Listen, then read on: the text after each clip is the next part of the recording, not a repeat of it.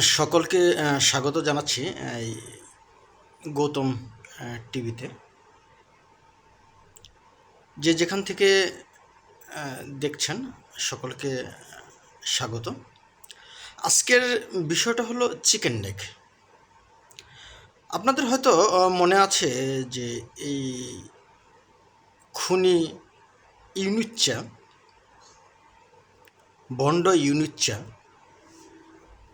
যখন ফ্রান্স থেকে ঢাকা বিমানবন্দরে ল্যান্ড করেন, সে নেমেই সাংবাদিকদের বলেছিলেন ভারতের 7 সিস্টার সে দখল করবে।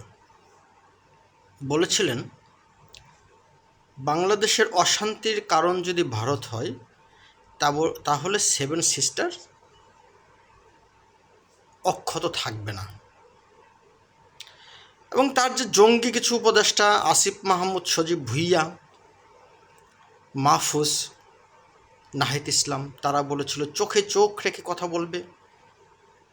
এবং একজন তো আগ বাড়িয়ে ভারতের কিছু অংশ ম্যাপে জুড়ে দিয়ে বাংলাদেশের ম্যাপ তৈরি করেছিল। তারপর অবশ্য সে ডিলিট করেছে। সে শুধু ইনুচ্চা গং এখন কোথায়? বিভিন্ন তথ্যসূত্র জানান দিচ্ছে, যদিও অসমর্থিত তথ্য, কোনো নিউজ মিডিয়া, ইলেকট্রনিক বা প্রিন্ট মিডিয়া এই নিউজ এখনও আসেনি। কিছু অসমর্থিত সূত্র বলছে ভারত নাকি ইতিমধ্যে চিকেন নেক সম্প্রসারিত করেছে ৬২ কিলোমিটার। জানি না কথাটা কতটুকু সত্য বা মিথ্যা। যদি এই ঘটনা সত্যি হয় তাহলে সেই ইউনুস গংদের বলবো চিকেন নেক না খেয়ে ফেলবেন। চিকেন নেক কি এত মজা? মানুষ তো সাধারণত চিকেন নেক খায় না। চিকেন নেক কারা খায় জানেন? সাধারণত যারা মাংস খেতে পারে না, সলিড মাংস যারা খেতে পারে না, কলিজা খেতে পারে না, তারাই সাধারণত এই গলা, মাথা, মুরগির চামড়া এই সমস্ত খেয়েই জীবন কাটান। কারণ মাংসের স্বাদ ঘোলে মেটানো। আপনি দেখবেন এই চিকেন যে নেক অর্থাৎ গলা বা মুরগির মাথা, মুরগির চামড়া এগুলো কারা খায়? এলিট শ্রেণীর কেউ খায় না, সম্ভ্রান্ত শ্রেণীর কেউ খায় না। এরা সাধারণত ওই শ্রেণীর লোকরা খায় যারা আসলে মাংস খেতে পারে না। আমি দুঃখিত, আমি গরিবদেরকে হেয় প্রতিপন্ন করে কথাটা বলছি না। আমি ইউনুস গংদের উদ্দেশ্য করে কথাটা বলছি। আজকে ইউনুস গং কোথায়? যদি ঘটনাটা সত্যি হয়ে থাকে তাহলে ইউনুস তো ছেড়ে দে মা কেঁদে বাঁচি। জাকির নায়েককে প্রায় 1 মাসের ভিসা দিয়ে বাংলাদেশে নিয়ে আসবে। আপনাদের যদি মনে থাকে, Osama bin Laden twin tower যখন হামলা নিজে মুখে স্বীকার করলেন এবং তারপর আফগানিস্তানে আশ্রয় নিলেন, আমেরিকা বলেছিল যে সে মোস্ট ওয়ান্টেড, তাকে আমাদের হাতে তুলে দিন।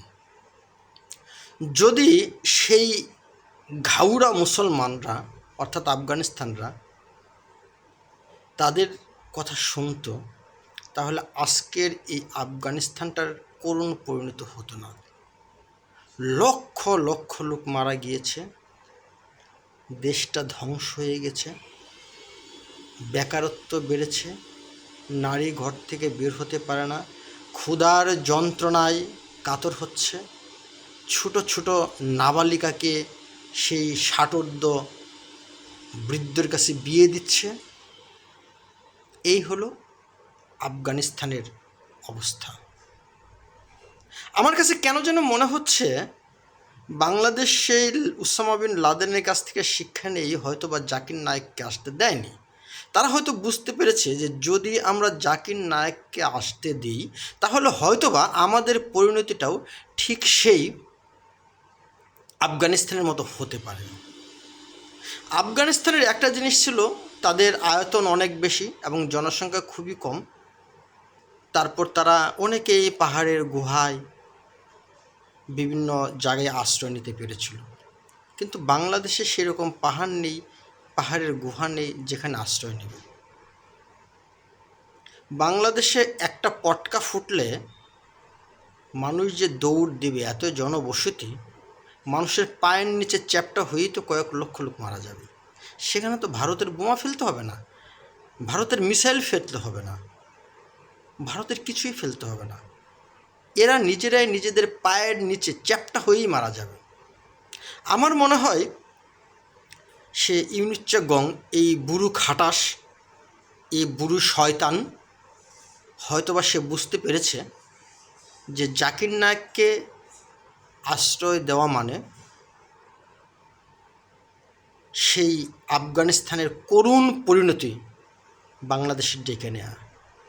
হয়তো এই জন্যই তারা নিরাপত্তাজনিত কারণ দেখিয়ে সেই মূর্খ বাংলাদেশিদের বোঝাতে চেয়েছে যে আমরা ভারতের ভয়ে নয়, আমরা নিরাপত্তাজনিত কারণে বন্ধ করেছি। যদিও অনেক বাংলাদেশি বুঝতে পারছে ঘটনাটা, বুঝতে পারলেও তারা কিছু বলতে পারছে না।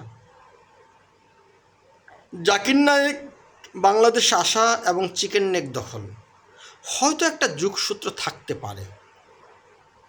আমাদের হয়তো আরও কিছুদিন অপেক্ষা করতে হবে যে ভারত যে চিকেন নেক ৬২ কিলোমিটার সম্প্রসারিত করেছে এটা কতটুকু সত্য, এটা কি শুধুই গুজব নাকি সত্য, এর জন্য আমাদের কয়েকটা দিন অপেক্ষা করতে হবে। তবে হ্যাঁ, ভারত এই সমস্ত সীমান্তে নোটাম জারি করেছে এবং সেখানে সৈন্য সমাবেশ ঘটিয়েছে, এ কথা সত্য। যা হোক, এখন আমরা সামনের খবর দেখার অপেক্ষায় থাকব যে ঘটনাটা কতটুকু সত্য। চিকেন নেক দখল হয়েছে, ভারতকে চিকেন নেক দখল করেছে অর্থাৎ সম্প্রসারিত করেছে, নাকি ইউনুচ্চাগং এই বুড়া খাটাস চিকেন নেক খেয়ে ফেলেছে। আমাদের কিছুদিনের মধ্যেই আমরা আসলে বুঝতে পারবো ঘটনার সত্যতাকে। সকলকে ধন্যবাদ।